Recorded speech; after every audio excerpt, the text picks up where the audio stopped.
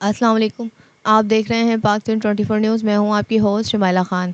कराची से रिपोर्ट कर रहे हैं crime reporter Irfan Sheikh. UC-3 पुराना गोली मार Pakistan People's Party special assistant वज़ीर आला सिंध जनाब आसिफ खान से उनके ऑफिस में सदर लाल जान बलोच की क़यादत में इंफॉर्मेशन सेक्रेटरी हबीब खास खैली, सीनियर नायब सदर वक़ार खान सवाती, वार्ड 1 के काउंसलर फ़हाद छट्टा और शाहनवाज शानी के साथ आम मुलाकात, जिसमें सियासी और इलाक़ाई मसाइल पर गुफ्तगू हुई।